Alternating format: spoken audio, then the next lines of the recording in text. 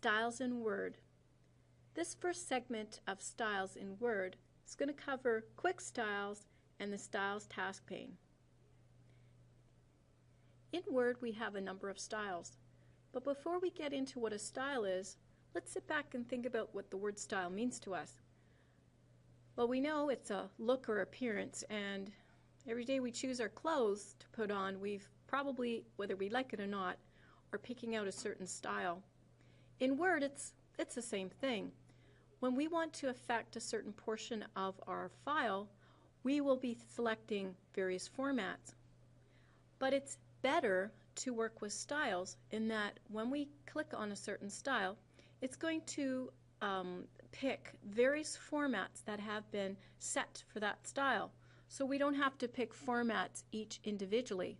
We can work with grouped up formats for styles. Here I have a file that's in desperate need to be spiced up. My first paragraph here looks like the main heading. When I go to the Home tab and to the Styles group, you can see some quick styles here in this Styles group itself. It offers up headings like 1 and 2. When I point to heading 1, you can see how Live Preview shows me the look and feel of this style. When I click on it, it's now in use. And here we can see that we did not select any content. We just placed our cursor inside of this paragraph, and when we clicked on heading 1, the formats associated with heading 1 is now affecting this first paragraph.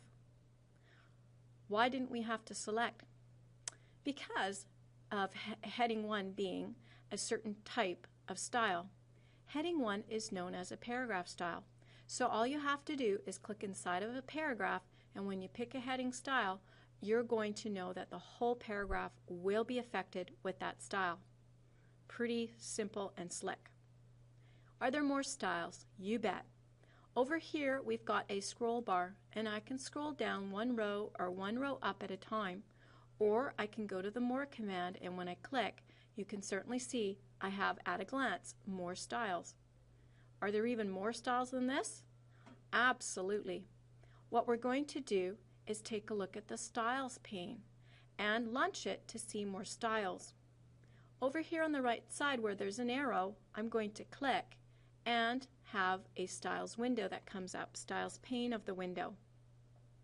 Typically when you first click on the Styles pane, the Styles pane tends to float, and I'm going to make it float like this, but I was playing with this before, so that's why it wasn't floating. So what I did was I just grabbed the Styles task pane by its heading and dragged it over a bit. So when you first launch it, it will look like this. When I double click on the title, then it's going to anchor it on the right side.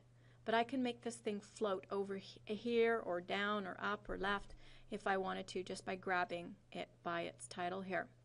Back to Styles task pane. Here I've got a group of heading styles to number 4, and when I point to any one of these heading styles, for example, it's going to show me the formats associated with that style just by pointing. So I've got font as Arial and 14 points, for example, and I also have spacing before as 12 points. When I point to heading 2, this time my size is 12 points. But it still is Arial and bold. You get the picture.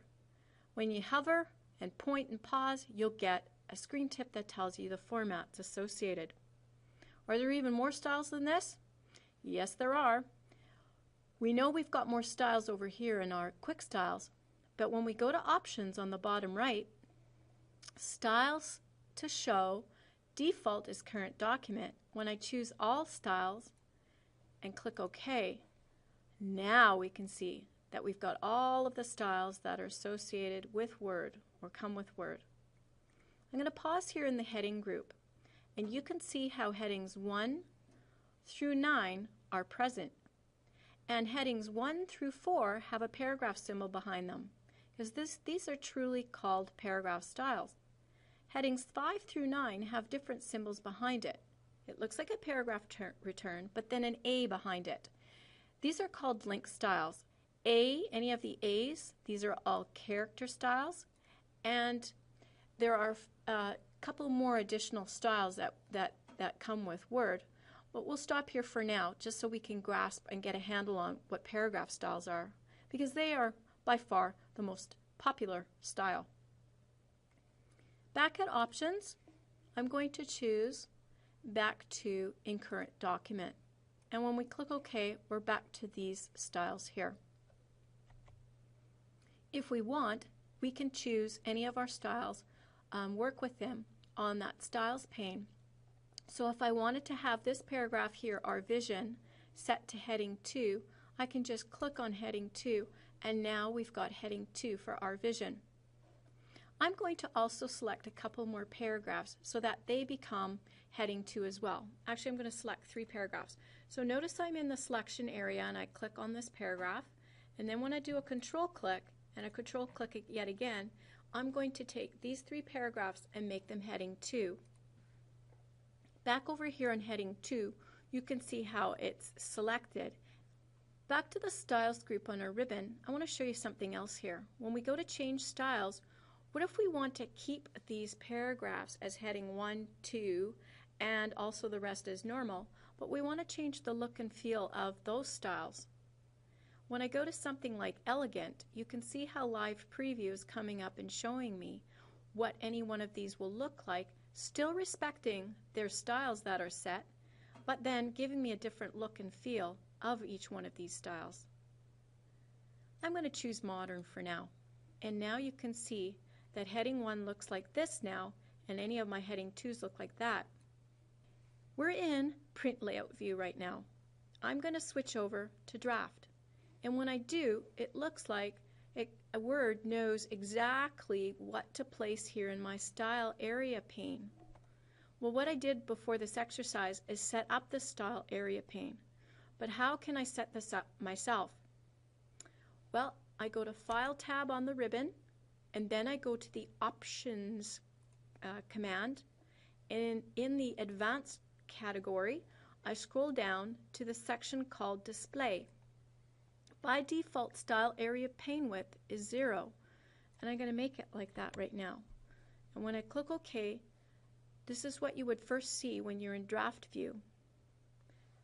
File, Options, Advanced, scroll down, Display, let's say 0.9, OK, and now you can see 0.9 is the spacing in here to show me my style.